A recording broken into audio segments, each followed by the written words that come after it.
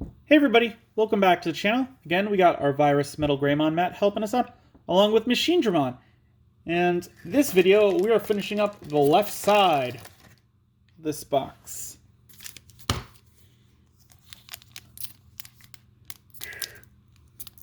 Let's see what other goodness we can get. Because we still have a bunch of good pulls left in this box. Starting off with Gatomon, Snow Agumon, Air Dramon, Crabmon, Flame Dramon, Megiddo Flame, Flareezamon, Dracomon, Pail Dramon, Core Dramon, Trial of the Great Four Dragons. Again, this is an 8 play cost to draw a card, and then you place it in the battle area. And then on a future turn, play one card with Great Four Dragons and its traits from your hand without paying its memory cost. The Digimon played by this effect can't Digivolve to level 7, and at the end of your opponent's turn, delete the Digimon. And then Security, place this card in its owner's battle area. So something like, this isn't going to change how I would play this at all, but just something I immediately thought while reading this for the 5th time now, I think, is that it can't Digivolve to level 7. It could still do a Digivolve to a different level 6. So you could go Magnadramon to Magnadramon X Antibody. That's a thing you could do. It would still get deleted. But yeah, that is a thing that you could do, I guess. And then we got another Mega Seedramon. Almost said metal. 7 play cost, 3 Digivolution cost, 7,000 DP. When attacking, you may place one blue level 3 Digimon card from one of your blue Digimon Digivolution cards without paying its memory cost. When attacking, once per turn, you may play a blue level 3 Digimon card from the Digivolution cards of one of your blue Digimon without paying its memory cost. Again, minus using it in combination with Ekros, where you can like put everything underneath it, and then use this one's ability to pull them back out. I don't see a good playstyle for this.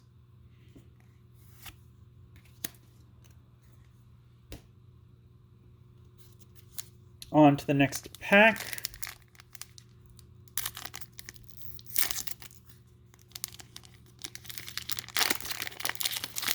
I do miss the days where they had clean, like, packs that you could open where, like, you could get the top just perfectly open. But I understand why they don't do it anymore.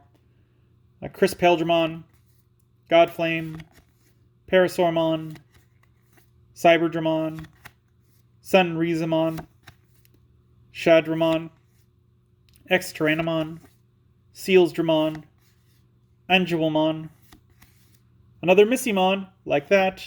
We got an Entomon. 8 play cost, 4 Digivolution cost, 8,000 DP.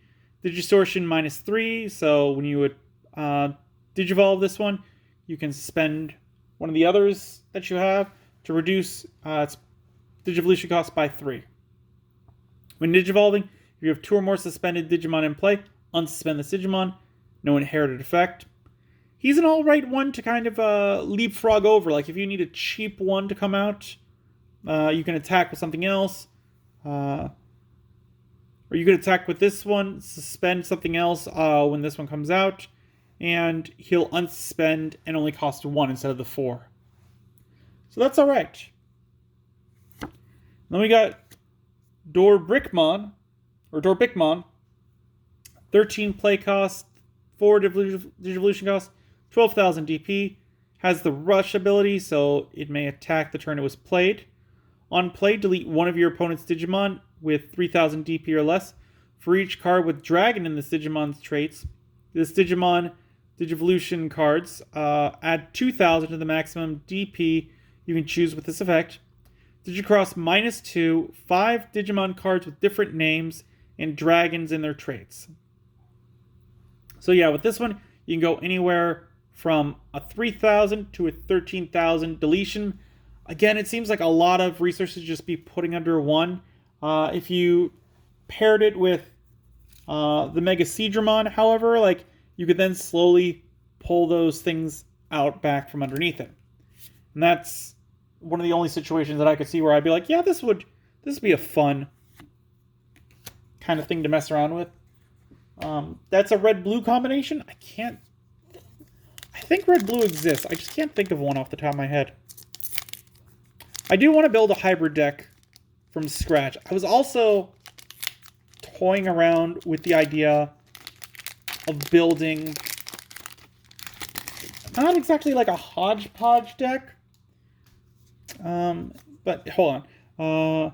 Hopefully I remember that. Majinramon, Commandramon, Paildramon, Patamon, Crisp Paildramon, Sunrizamon, Shadramon, Jazzerdmon, Plesiomon, another Missymon, Avalon's Gate.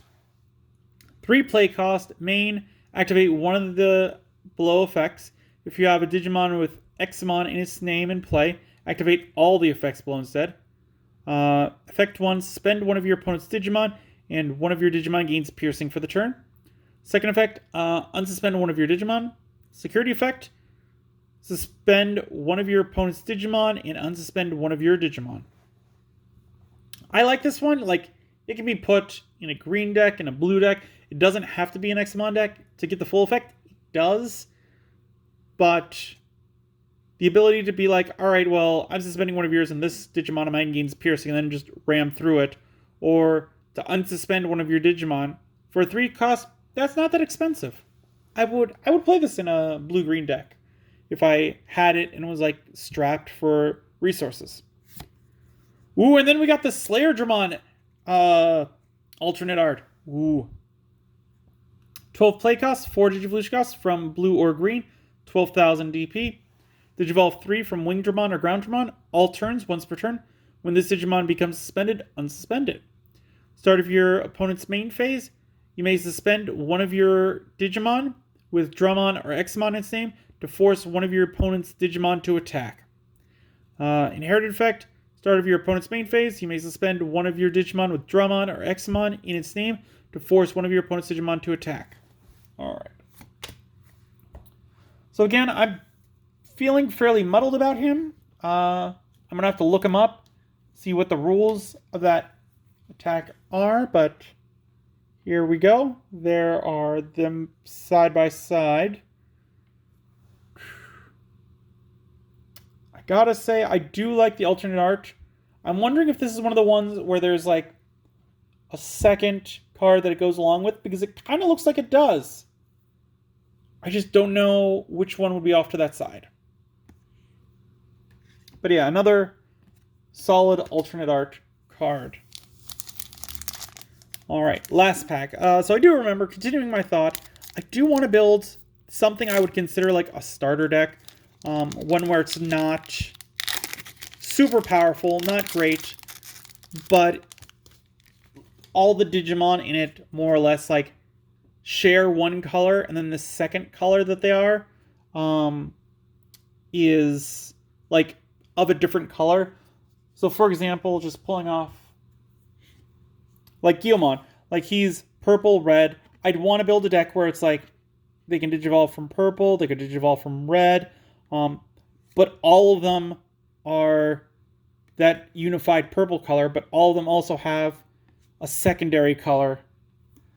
I want to see about looking at building a starting deck like that so that I could, like, that'd be a very good jumping on point, I feel, for people to customize a deck.